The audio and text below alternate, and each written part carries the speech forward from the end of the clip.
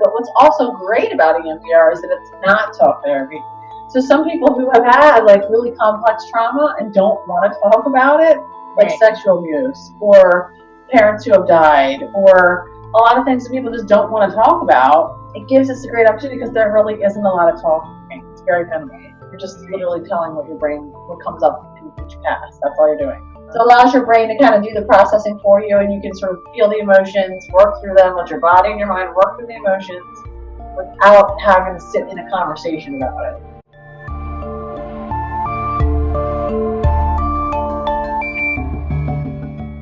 Welcome to the Mindful Soul Center podcast. My name is Amy Adams. I'm the host and the producer of this podcast.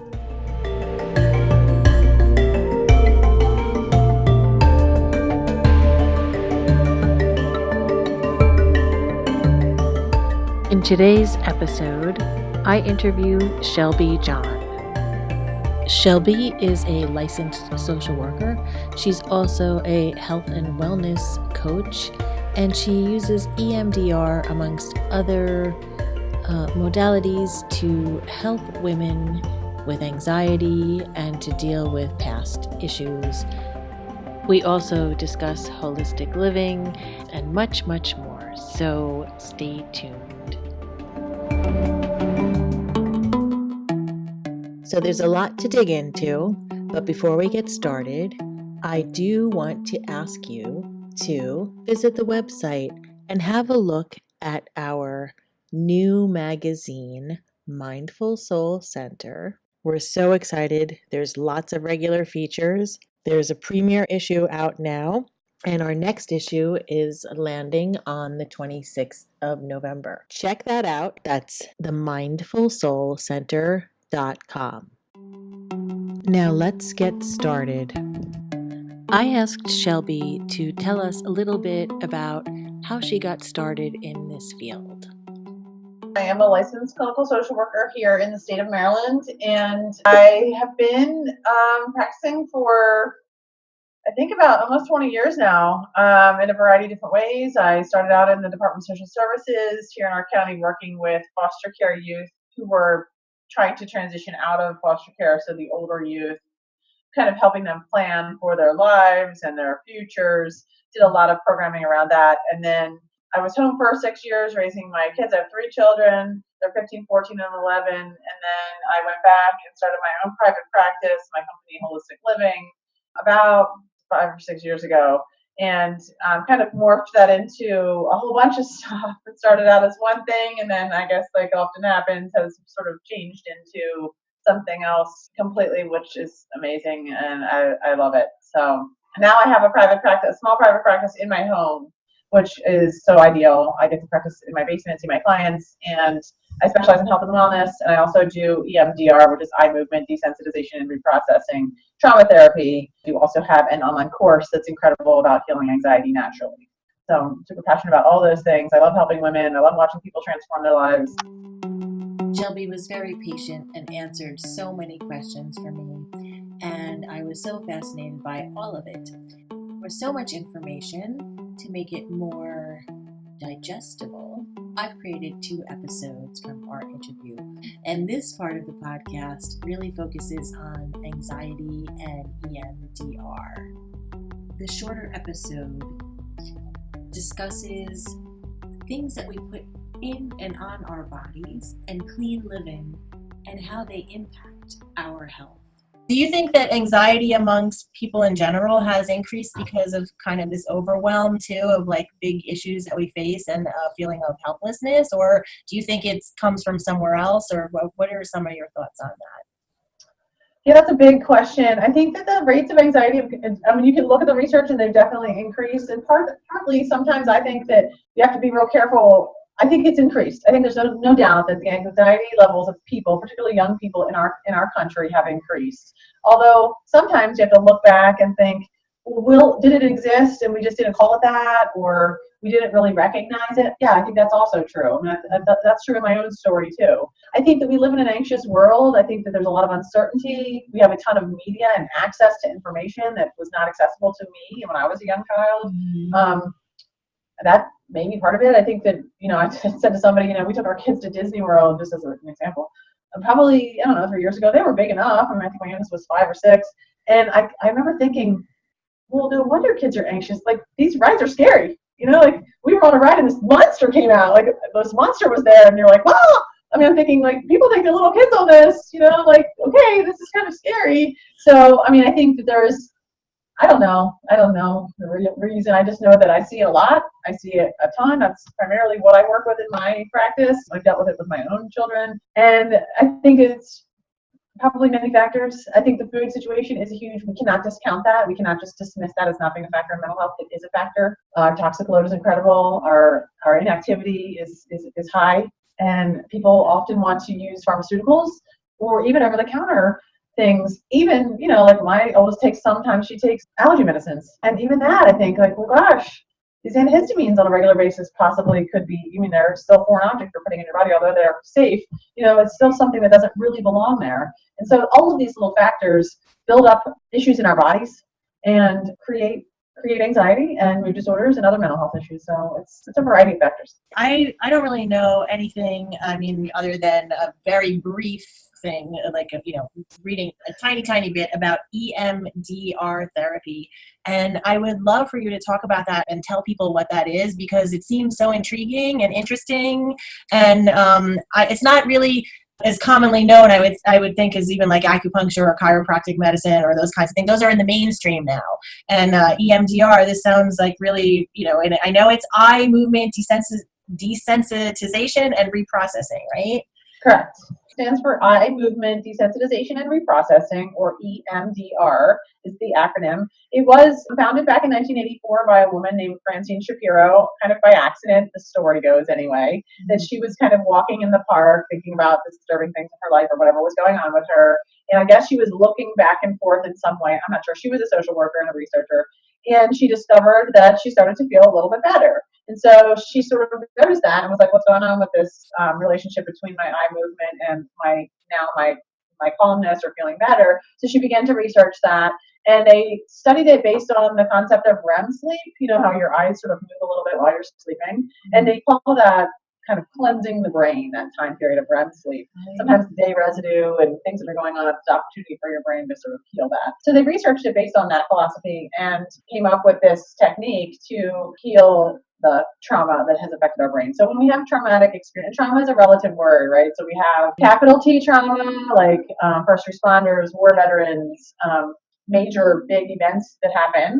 And then we have lowercase t traumas, which are the everyday things. Seeing the accident on the side of the road, the watching the news, divorce, your kid is having an issues with your employer, a teacher who called you out in front of the class that said, man, you really messed up on this test. Those are all still traumatic, and it's all very relative to you personally. So what you may have experienced in your life that seems really difficult for you, I might be like, well, gee, I went through that, and it was no big deal. So everybody's kind of makeup and personality and history dictates how those experiences are going to come into their brains, and then how your brain is going to then process through them. And about 70% of the time, our brains take care of it all for us. We go through life, we see things, we feel things, we experience them, and we process them just fine. About 30% of the time, they do not get processed properly, and those memories get stored in that back part of our brain, or the hippocampus, which is the sort of reptilian, irrational part of our brain. And they get stored there and not processed properly with negative beliefs about ourselves, like, I'm not good enough, I'm not smart enough, I'm not safe, I should have done more, I'm a failure. And then they get stuck.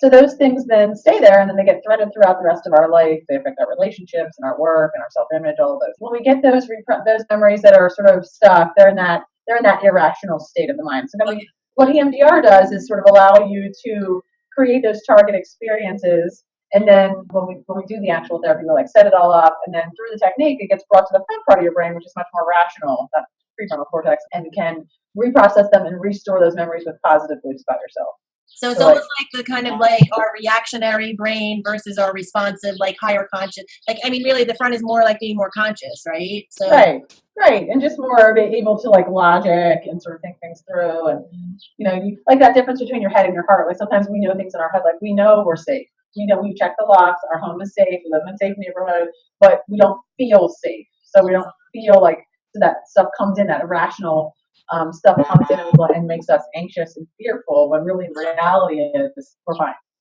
So it's that. Okay. Yeah.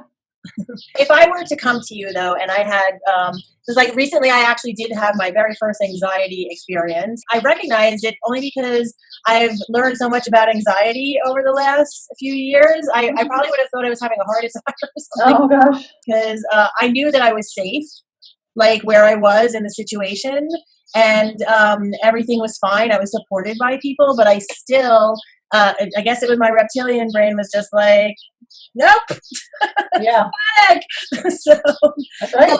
it was really interesting, but I mean, I was able to overcome it pretty quickly because I did have other women with me who were very supportive, and I was kind of struggling with it, but and I think also because I recognized it instead of thinking that I was sick and had a heart attack. You know what I mean? I think that also had something to do with it because I know a few people that I know for a long time have had some anxiety and originally thought they were having heart attacks. Right. Right. And well, anxiety can be very scary. And if it's new to you, I mean, even if you're familiar with it, it's still scary. And the problem with anxiety is it's a condition that breeds itself. So our brains don't know the difference between real fear and imagined fear. It just knows fear. So then it goes into that sort of reptilian, like fight or flight.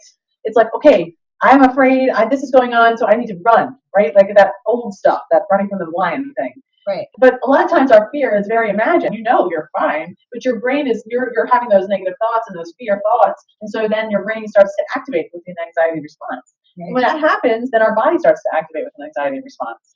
When our body activates, then we start getting the chest tightening, the sweaty palms, the heavy breathing. Then our brain is like, okay, wow, we're having we're having a response, and that just creates more anxiety because then you're like, why is my body doing this? And so it's a cycle that continues to manifest that, and that's why people have panic attacks. If you don't cut into it, and this is what I teach my women all the time, this is what my whole course is about, is like when you don't get in there in the beginning to sort of put a spoke in the wheel, I usually say, then that's when you sort of cross over into the panic attack. But it is very scary. It can feel and everybody is a little bit different. And then young people can experience things a little bit differently than adults do. And some people, it's all internal. They're like holding it all in. Some people, I have a young girl client who becomes ill. She's vomiting in the morning. It's different for everybody. How do you, I don't really. I come to you and I have a problem. What happens? So when you call me, I traditionally, I don't do talk therapy. Like I can do talk therapy. Of course, I'm a clinician. I have good clinical skills. I can support you and validate you. And I advertise myself and I sell myself as an EMDR therapist because I know how powerful it is and I know that it works. So when you call me, when I get a call from a new client and they say I want to make an appointment, I say, okay, this is great, and I explain exactly what I said to you in my introduction. I specialize in health and wellness, and I also do EMDR therapy. This is what it is. This is how it works, and this is why I do it because it's so powerful. It's much more effective than talk therapy. So I'm already from the very beginning saying like, this is what we're going to do. Okay. If they don't want that, that's certainly fine. I might say you might want to find somebody else who's going to give you a little bit different kind of support, or we ease into it. And most people are pretty fast. Either some people are calling specifically because they want EMDR therapy because they've heard about it, right, or they're right away fascinated, like, oh, well, that sounds interesting, or they're like, I'll try anything. I've already done all the stuff. I want something new. And of course, I support people if you're in, when we ease into it. If you're nervous, then we have positive things that we can do. We can use EMDR in a very positive way to sort of keep up our positive experiences and sort of really build up esteem kind of and make people feel comfortable and confident to go into the process if that's needed. We can do a lot of resourcing. So there's ways to ease into it. I don't have a lot of problems with that. People are usually excited about it. Then they get results rather quickly. And so then they're like, oh, okay, this is great. I'm not going to say it's like piece of cake. Obviously, you're dealing with emotional trauma. So working through it it's a little painful sometimes, but you're quickly getting to the end within like 2 sessions, 2 or 3. And so I tell people that I'm your guide. I'm here to support you. We always close things down appropriately. We shut things down at the end of the session with a guided meditation and a little container, safe place exercise to shut everything down so that you're not leaving all exposed and raw. So this is how it works. So I take a pretty detailed psychosocial history. Like it takes at least 1 session, sometimes 2. It goes through your entire life, all of the areas, and we get a really detailed history. Because I don't know you, I don't know anything about you, and I don't know what. Sometimes people in a regular history don't even remember some of their stuff. So when I start digging into like sexual health, your educational experience. What was that like? Have you ever been in trouble? Whatever, all of the things. What were your parents like? Who's in your family? And you start getting all the stuff. People are like, oh gosh, yeah, like I didn't realize I had all of this stuff. And then, so you take this detailed history, and then the protocol to do EMDR is to create a list of those disturbing events. That's the language we use, disturbing events. So we are looking for 8 to 10 things. So we always say to them, you go back in your mind, as far back in your mind as you can remember, as far back, and come forward, like kind of play your life like a movie. And you're looking for those things throughout your life. So I chunk it down into time, like elementary school, middle, high school, college, like your marriage, like just phase it out so you can sort of remember what was going on. And you're looking for those things that really stand out to you, like those memories or incidents, like maybe you had a bully, or like I said, maybe there was a teacher, or maybe your dad made a comment to you that really stuck with you and you still remember it. And maybe you had an accident, maybe there's a house fire, maybe there was just not a whole bunch of stuff, like my teenagers, sometimes there's not a whole lot of stuff, but the stuff they have is really significant to them in their lives. So you look for those things. The scaling that happens with those disturbing events is 0 to 10. 0 is no disturbance at all. 10 is the worst ever. So each incident we scale on that scale, and we're looking for things to be on that list that are 5 and above. So that's their homework. So they come up with that list, they come back in, and then that becomes our treatment plan. That's what we work from. Like you just stick with one thing until it's resolved, and it usually takes, like I said, 2 to 3 sessions, sometimes longer depending on the person. And then you just go to the next thing. Okay. And generally speaking, you're going to get a bunch of relief right away, because the negative beliefs that are attached to each one of those things is probably the biggest ones. Like, well, I never felt like I was good enough, or I'm just a failure. I'm always a failure. So you're going to tackle those things that have those negative beliefs, and then all of a sudden your brain is going to be healing, and then the feelings are going to be decreased, and it's going to affect everything else in a positive way. Right. So, like ripple effect. I love the ripple. Yeah. And I've seen all kinds. I mean, I've worked with people who have isolated, like very specific incidents, because sometimes people come in, well, I don't have any trauma. I'm like, well, that's not true. Because if you're a human being, like you've had something. Like I said, even if you've had a picture perfect life, there's been, even if it's an imagined feeling, if you have no, like if your perspective is that you're not good enough, or that you're ugly, or that you're fat, or you're a failure, or you're not safe, then that's internal. Even if everything in your world told you differently, you're living with that for some reason, or something happened, something went on. It might not be this big capital T thing. So it looks a little bit different for everybody, but it's such a powerful experience. It definitely destimulates people very quickly. Of course, we talk about it. I usually debrief a little bit, but what's also great about EMDR is that it's not talk therapy.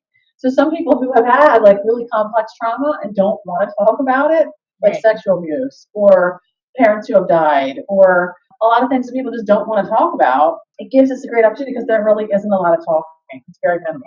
You're just literally telling what comes up in each pass. That's all you're doing. So it allows your brain to kind of do the processing for you, and you can sort of feel the emotions, work through them, let your body and your mind work through the emotions without having to sit in a conversation about it. Well, which can be very helpful for some people. Can you just mention your website for everyone so that they know how to find you? And if you are on Instagram. Sure. My website's just www.shelbyjohn.com, and my blog is also attached to that website, so you can check it out. I'm on Instagram at Holistic Living Therapy, and I'm on Facebook at Holistic Living Coaching. And I have a private Facebook group that's called Heal Anxiety Naturally. So you can join that group and get supported by other women who are struggling with anxiety and who are interested in other ways of dealing with it versus what the medical world has to offer. If you want to get in touch with Shelby, you can find her at all of those things that she just mentioned, but I will be putting in the show notes all of the details so that you'll be able to have the links. So anyone who's listening, you'll be able to just click on the show notes and you'll be able to find her in case you didn't have a pen while you're listening. So I would love if you have a recommendation that you might make. I'm super passionate about Rachel Hollis. She's an author, and her first book was called Girl Wash Your Face, and it was phenomenal. It definitely, I think it changed my life. I mean, I think it hit me at a good time. She just basically goes through all the lies that she told herself throughout her life, and each chapter is a different lie, and then basically how she worked through it. And I thought it was just really well done that way, because and extremely relatable. The other person who I love right now is Emily P. Freeman. She wrote a book called Next Right Thing, and she has a blog podcast called Next Right Thing, and she's badass. Her podcasts are rather short; they're 15-ish minutes or maybe a little longer, and she just tackles one little concept about like basically staying in your moment and doing the next thing, like kind of around a lot around anxiety. She doesn't necessarily call it that per se, but it really is. And her voice is very nice, and it's really refreshing. So I think that's a very positive, sort of uplifting go-to resource. Those two women I think are really fabulous. I love them both. Great. I haven't heard of the second person that you mentioned. I'm going to look her up, but I did read the Girl Wash Your Face, and I loved it because I liked that it was just very personable too and relatable, because it's just, we all have these things. And I think, luckily, with the internet and the way things are, all the media and access we have to it, I mean, non-traditional media, we're able to share experiences in a different way that we weren't, we don't always have to feel alone about some things too. Exactly. Learn from one another. Shelby shared international directory of the EMDR association called EMDRIA. EMDRIA.net or org. EMDRIA is the big international organization that kind of houses EMDR and does all the training. If you go on their website, you can search in your area for an EMDR therapist. Oh, very cool. What is the name of your upcoming course? My upcoming course is called Heal Your Anxiety Naturally from Chaos to Calm. And it's a 4-week live course where I'll teach a different module each week with Q&A after it. And there's 3 bonuses as well. It's pretty exciting. I'm super passionate about it. I'm really excited. I know that a lot of people are going to learn a ton of stuff and be able to heal and continue on with their healing journey. It's sort of just one jumping off place to get some really good clinical skills and then dive in a little bit deeper. In my Instagram bio, there's a links tree there with several links where people can follow me. You can get to my website from there. There's also a free guide there with 5 steps to reducing your anxiety naturally. It's sort of like the first step in your journey. It's just a free download. It's really nice. You can get that in my Instagram bio link. And I think anything else that's related to the courses and the dates and all will be there, as well as on social media. It shouldn't be hard to find. Okay, great.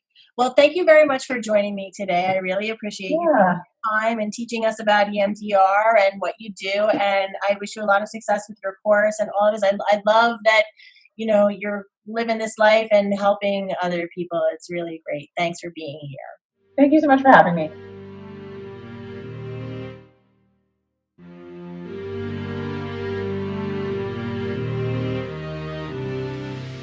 Thank you for joining me today for this episode of the podcast.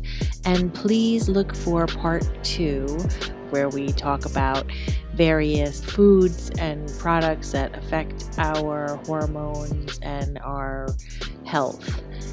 If you'd like to contact us, please send me an email to hello@themindfulsoulcenter.com or to amy@themindfulsoulcenter.com. I'd love to hear from you. And please subscribe on your favorite platform and leave a review. It will help other people to find out about this podcast as well. Thank you so much. Until next time.